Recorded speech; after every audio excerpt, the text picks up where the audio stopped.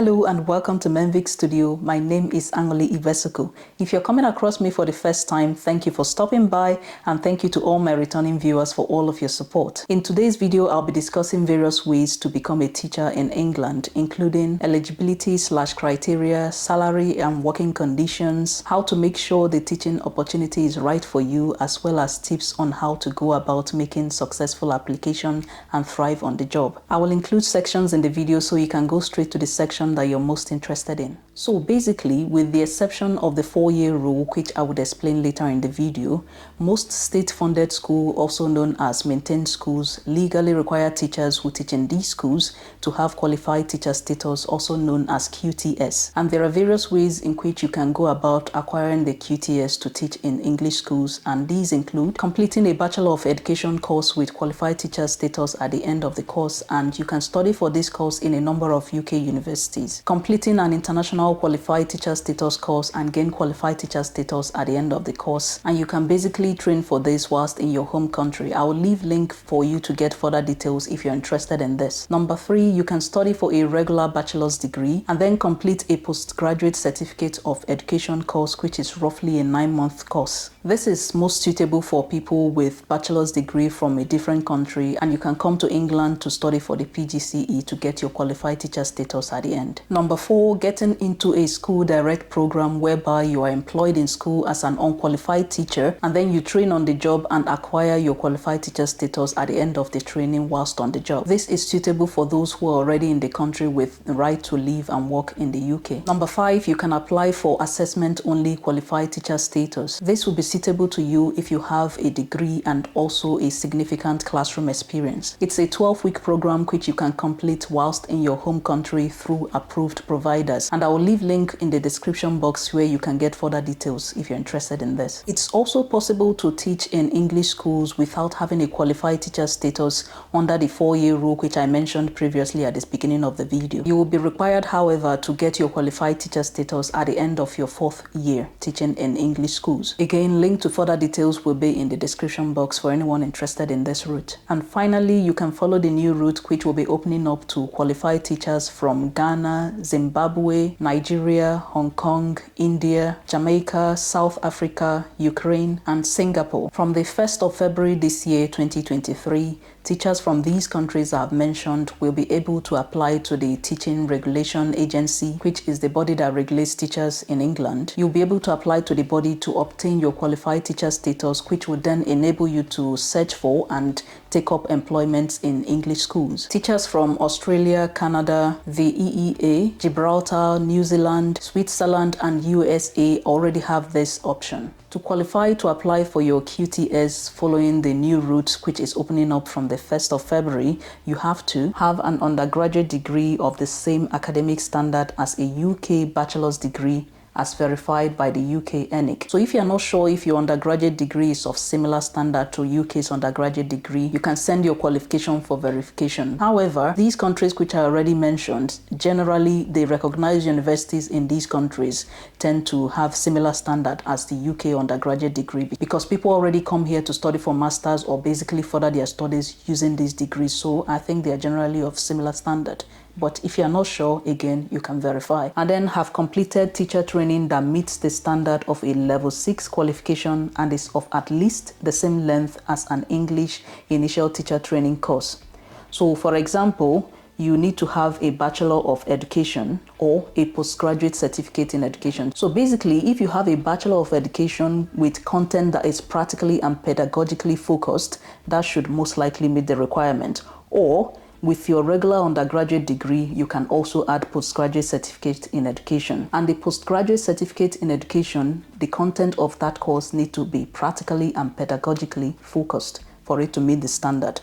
I hope that's clear. And your teacher training course need to have prepared you to teach children between the age of 5 and 16 years old. Then apart from your qualification, you need to also have at least 1 school year experience. Now, when you say school year, generally we know that schools don't run for a whole 1 year. Generally school years is like 9 months. So that's what this is trying to explain. I hope that makes sense as well. And you need to have this experience when you have qualified as a teacher. So basically, your experience whilst you were student teaching or whilst you were a student does not count. It needs to be experience gained after you have qualified as a teacher. And then you need to also have professional status needed to be a teacher in the country where you are qualified, and not be subject to any conditions or restrictions on your practice.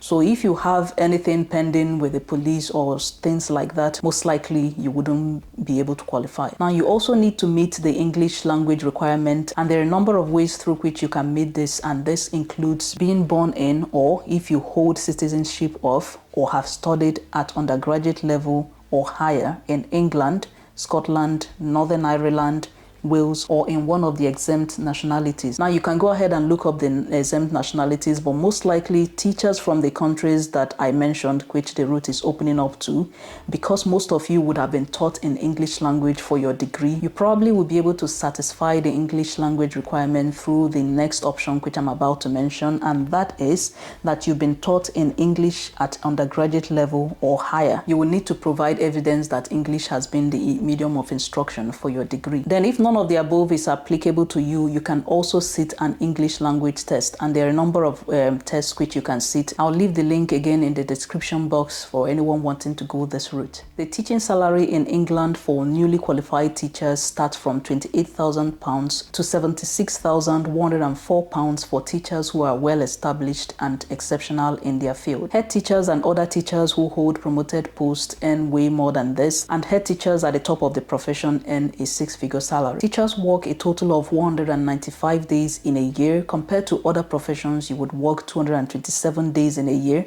if you worked full-time. It's however important that I mention that while schools may start and end at certain times, teachers would normally work way above this in order to meet up with the demands of the profession. For example, you can spend a lot of early mornings, evenings, weekends, and even the holidays prepping, marking, facilitating various school extracurricular activities, writing reports, meeting with parents, completing professional development course, and so on. So, is the opportunity right for you? I think the starting point to discuss if the opportunity is right for you would be to really discuss why is there teacher shortage in the first place. And I have compiled a number of reasons, both from my personal experience as well as from carrying out some research. You only need to type PGCE student experience on the internet and you will see the various accounts of the experiences encountered by teaching students. Granted, some of those who start the teacher education drop along the way as they discover that the profession is not for them, but a great majority leave because of unrealistic expectations as well as lack of support whilst on school placements. One of the biggest reasons why qualified teachers leave the profession is due to the behavior in schools. I urge anyone considering teaching in the UK to watch the BBC's Confessions of a Teacher. I'll leave a link in the description box. It highlights what you will most likely experience day to day as a teacher. On the media and everywhere else, it can seem like teachers work these short days and have these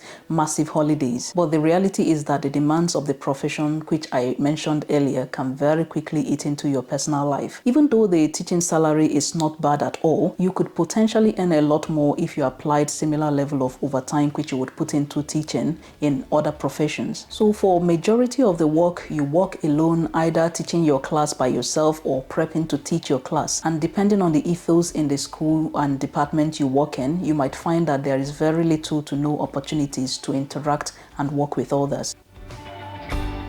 In my opinion, this is a fantastic opportunity for young teachers who are new to the profession. I am all for traveling and living the comfort of your home country. Traveling has a way of expanding your mind and making you a more accommodating and basically a better person. You get to see the world, mix with people from other cultures, and learn things which you otherwise would not have learned if you stayed in your home country. You can even have a goal to travel and teach abroad for a certain number of years and then return back home if you so wish. If, however, you are older, especially if you've acquired one or two things and have walked up the ladder in the profession, and if you also have a young family, then I think you need to carefully weigh going down this road, because although the teaching salary is not bad and the starting salary of £28,000 is not bad, you would very quickly find that depending on where you take up this job, that the salary will not be enough to meet up your needs, unless you're coming in with a spouse who would also work and earn significant amount of money so your family can make ends meet. But most importantly, you'd also need to consider that raising raising children here is a lot more challenging because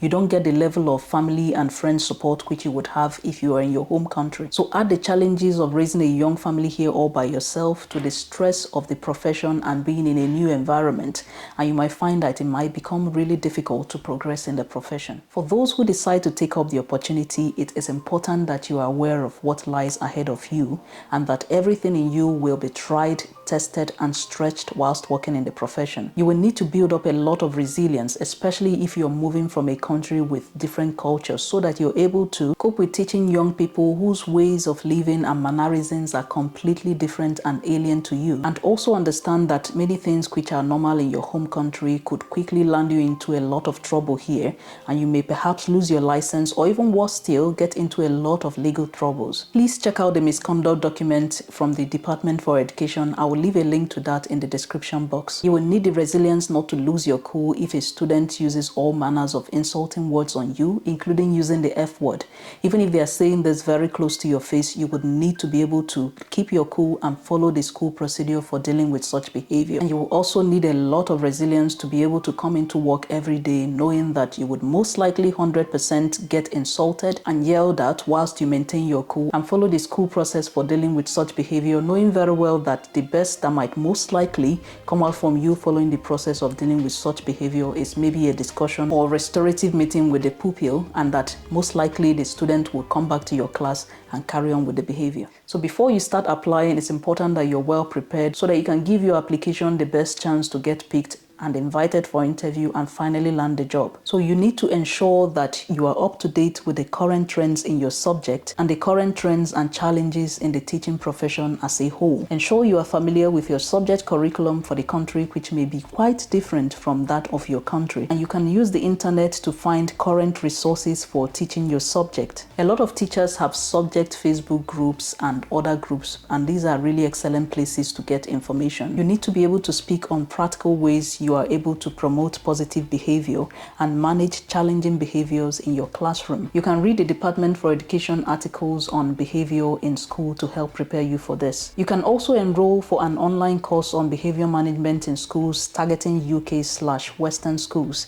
I'll leave a link for this in the description box as well. One of the biggest expectations from teachers is to make learning accessible to all of their students, and as such, you will need to be able to identify barriers that could potentially prevent your students from learning, and also have strategies for removing this barrier so that they can learn. You are also expected to be aware of your safeguarding duties as a teacher. There are online courses targeted at teachers which cover things like dyslexia awareness, autism awareness, and safeguarding, etc. You can attend these online courses or find out if there are opportunities for you to attend these courses through your current employer in your home country. I'll leave a link to the online courses in the description box. And then finally, to your application. Your application needs to highlight your experience as a teacher and any contributions you have made to your school and department. Highlight things like your strategies for promoting positive behavior in your classroom and how you manage challenging behavior, how you use technology to enhance learning, how you are able to keep your pupils motivated and on task, how you organize your lessons and let your pupils know what to expect at every lesson, how you use formative assessment to find out what pupils know and use that to inform your future lesson, your strategies to make sure your lessons are inclusive, for example, using dyslexia-friendly materials, and so on.